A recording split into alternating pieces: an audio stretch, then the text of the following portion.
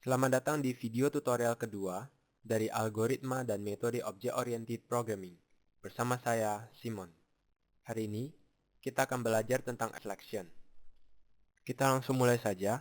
Sekarang kita akan coba untuk melanjutkan program kita. Setelah kita memasukkan dua angka kita, maka hasilnya akan kita jumlahkan. Jadi di sini, saya buat satu variabel baru. Misalkan saya kasih nama hasil. Kemudian di bawah, saya jumlahkan hasil sama dengan A ditambah B. Di sini terdapat dua garis merah di A dan B.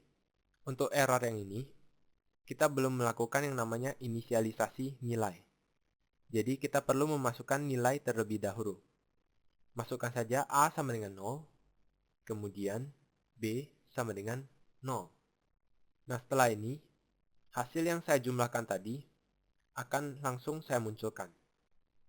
Jadi saya print hasil penjumlahan adalah saya tambah dengan hasil. Sekarang kita coba saja untuk menjalankan program kita. Saya masukkan nilai pertama, misalkan 10. Kemudian nilai kedua, misalkan 25. Maka hasil penjumlahan adalah 35. Jadi sekarang program kita telah selesai. Sekarang misalkan saya ingin menambah hasil dari outputnya. Misalkan saja, jika hasil penjumlahannya adalah 100, maka akan dicetak kata 100. Kemudian, jika hasil penjumlahannya bukan 100, maka akan dicetak bukan 100. Nah, di sini kita menggunakan yang namanya selection. Di dalam Java, ada dua selection yang bisa kita gunakan. Untuk yang pertama, ada namanya if. Untuk strukturnya, if, buka kurung, tutup kurung, kemudian kurung kurawal, kemudian tutup kurung kurawal. Sekarang cara pemakaiannya, di dalam kurung ini, kita masukkan operator selection. Untuk Java, operator selection yang bisa kita pakai adalah and, or, equals, lebih besar, lebih kecil, lebih besar sama dengan, dan lebih kecil sama dengan. Nah untuk kali ini, jika hasil sama dengan 100, jadi yang kita pakai adalah equals. Jadi tulis saja di sini, jika if hasil sama dengan 100, maka statement yang di dalam kurung ini akan berjalan. Misalkan saja, saya print hasil adalah 100. Kita coba saja, saya jalankan. Nilai pertama, misalkan saya masukkan 50. Kemudian nilai kedua, saya masukkan 50, agar hasilnya 100. Setelah saya enter, hasil adalah 100, muncul di sini. Sekarang, saya jalankan lagi. Saya masukkan nilai pertama, 1. Kemudian saya masukkan nilai kedua, 1. Saya jalankan, hasil adalah 100, tidak muncul di sini. Sebab hasilnya adalah 2. Jadi bisa kita simpulkan, jika perbandingan di sini bernilai benar atau true, maka statement yang di dalam kurung ini akan berjalan. Kemudian kalau misalnya kita mengganti operatornya, maka hasilnya akan berbeda. Misalkan saya ganti menjadi lebih kecil sama dengan. Saya jalankan, maka nilai yang kita masukkan, jika hasilnya lebih kecil sama dengan 100, maka hasil adalah 100 langsung muncul di sini. Kemudian, jika saya memasukkan nilai lebih dari 100, maka hasil adalah 100 tidak akan muncul di sini. Sekarang misalkan saja, saya ingin memunculkan hasil adalah 100, pada saat hasil sama dengan 100. Kemudian, saya ingin memunculkan hasil lebih kecil dari 100 pada saat hasil lebih kecil dari 100. Untuk yang ini, kita harus menambahkan yang namanya else if. Buka kurung tutup kurung, kemudian tambahkan kurung kurawal.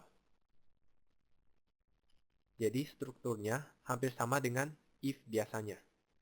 Nah di sini, letak dari else if harus selalu berada di bawah dari if atau else if yang lain. Kemudian di dalam kurung ini, kita masukkan operator perbandingan juga. Jadi misalkan, hasil lebih kecil dari 100. Saya print, hasil lebih kecil dari 100. Saya coba jalankan. Saya masukkan nilai pertama 1, kemudian nilai kedua 5. Hasil lebih kecil dari 100 langsung muncul di sini. Sekarang saya jalankan lagi. Saya masukkan nilainya agar mendapat hasilnya 100. Nah, di sini yang muncul adalah hasil adalah 100. Hasil lebih kecil dari 100 tidak muncul di sini. Nah, sekarang misalkan saya akan menambahkan satu else if lagi. Else if, sekarang syaratnya hasil lebih besar dari 100. Saya akan menyetak hasil lebih besar dari 100. Kemudian saya jalankan. Saya masukkan nilai 500 dengan 500. Hasilnya adalah hasil lebih besar dari 100. Jadi cara kerja dari if, pertama, dia akan mengecek dari atas. Apakah hasil sama dengan 100? Jika ya, maka dia akan menyetak hasil adalah 100. Kemudian else if yang diikutinya tidak akan berjalan lagi. Kemudian, jika if yang ini salah, maka else if yang pertama akan berjalan. Hasil lebih kecil dari 100. Jika benar, maka statement di dalam sini akan berjalan. Kemudian else if di bawahnya tidak akan berjalan lagi. Kemudian, jika hasil lebih kecil 100 masih salah, maka hasil lebih besar 100 akan berjalan. Kemudian, jika hasil lebih besar dari 100 benar, maka hasil lebih besar dari 100 akan dicetak. Kemudian, jika semuanya salah, maka ada satu lagi yang namanya else. Jika semua dari perbandingan ini salah, maka else akan berjalan. Misalkan saja, saya cetak, hasil tidak diketahui. Letak dari else selalu berada di paling bawah. Kemudian untuk struktur dari if, yang pertama adalah if. Kemudian yang kedua adalah else if. Kemudian yang terakhir adalah else. Jadi, jika kita tulis seperti ini, else if tanpa if, maka yang ini dianggap error. Kemudian, jika kita menulis else tanpa if, yang ini dianggap error. Jadi yang paling penting adalah if. Kita harus menulis if dulu, sebelum melakukan else if ataupun else. Kemudian, untuk else if dan else, itu tidak harus ada dalam if. Jadi, jika kita hanya menulis if, yang ini dianggap valid. Nah, kemudian, untuk operatornya, ada satu operator lagi yang namanya negasi. Negasi dilambangkan dengan tanda seru. Negasi berarti perlawanan. Jadi misalkan, saya ingin hasilnya tidak sama dengan 100. Nah, di sini kita bisa memakai yang namanya tidak sama dengan. Jadi, jika hasil tidak sama dengan 100, maka saya akan menyetak hasil bukan 100. Saya jalankan. Saya masukkan nilainya 1, kemudian 1. Nah, jika hasil tidak 100, maka yang muncul adalah hasil bukan 100. Kemudian ada dua operator lain lagi yang namanya AND dan OR. AND berarti dan, OR berarti atau. Fungsi dari AND dan OR adalah untuk menggabungkan beberapa perbandingan. Contohnya saja, misalkan saya maunya jika hasil tidak sama dengan 100 dan hasil lebih kecil dari 100, maka saya akan menyetak sesuatu. Nah, di sini kita bisa menulis hasil tidak sama dengan 100 and hasil lebih kecil dari 100. Kemudian saya akan menyetak misalkan n berjalan. Saya coba jalankan. Saya masukkan nilainya 1, kemudian 1. Hasilnya n berjalan. Saya coba lagi. Saya masukkan nilainya 100, kemudian 100. Hasilnya n tidak berjalan. Jadi untuk logika n, kita bisa lihat di tabel ini. Jika perbandingan pertama benar, kemudian perbandingan kedua benar, maka hasilnya adalah benar. Jika salah satu dari perbandingan ini salah, maka hasilnya adalah salah. Ini logika untuk n. Kemudian untuk yang OR, nah di sini untuk yang OR, jika salah satu dari perbandingan ini benar, maka hasilnya langsung true atau benar. Kemudian, jika kedua perbandingan ini salah, maka hasilnya adalah false. Jadi untuk dan ini tidak berjalan karena salah satu atau keduanya salah. Contohnya saja, hasil tidak sama dengan 100. Hasil adalah 200. Yang ini true. Kemudian hasil lebih kecil dari 100.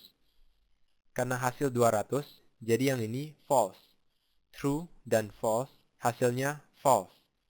Jadi, statement yang di dalam sini tidak berjalan.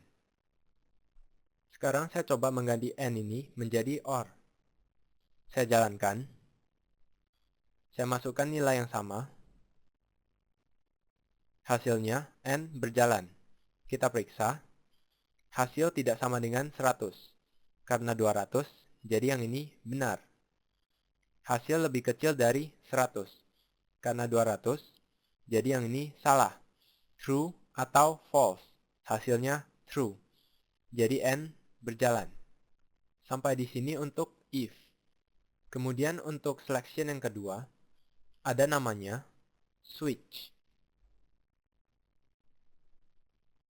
Untuk strukturnya, switch, buka kurung, tutup kurung, kemudian buka kurung kurawal, kemudian tutup kurung kurawal.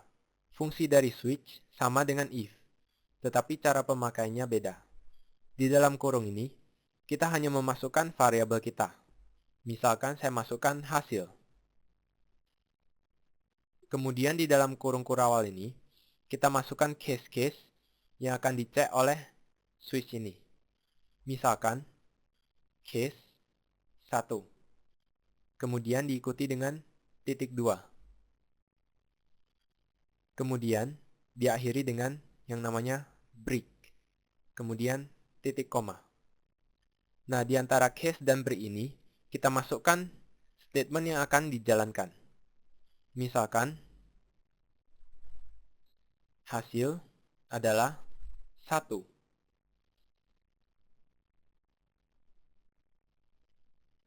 Jadi, jika hasil sama dengan 1, maka akan dijalankan print hasil adalah 1. Kita coba saja. Saya masukkan nilai pertama 1. Kemudian saya masukkan nilai kedua 0. Maka yang terjadi adalah hasil adalah 1. Jadi, switch hanya berfungsi untuk perbandingan sama dengan. Kemudian, kita bisa menambahkan case yang lain. Contohnya, case 100.2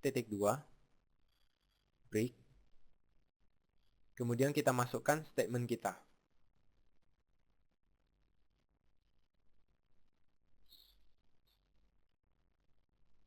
Saya coba jalankan. Saya masukkan 50, kemudian 50. Hasilnya, switch 100 berjalan. Prinsip kerja dari switch sama dengan if. Pertama, dia akan menyeleksi dari atas, kemudian ke bawah. Jadi, dia akan menyeleksi apakah hasil sama dengan 1. Jika ya, maka statement di sini akan berjalan. Kemudian, case yang di bawahnya tidak akan dicek lagi. Kemudian jika 1 salah, maka dia akan cek yang berikutnya, apakah hasil sama dengan 100. Jika ya, maka switch 100 akan berjalan. Kemudian, case yang di bawah tidak akan berjalan lagi. Kemudian untuk else di switch, ada namanya default.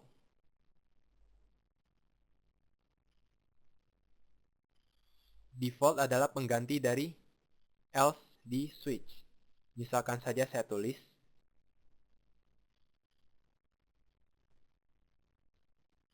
kemudian saya jalankan. Saya masukkan nilai pertama 5, yang kedua 5. Hasilnya adalah bukan semuanya. Kemudian untuk pemakaian antara switch dan if tidak dibatasi. Jadi kita bebas memilih ingin memakai switch atau memakai if. Oke, sampai di sini saja materi kita di video tutorial ini. Terima kasih dan sampai jumpa.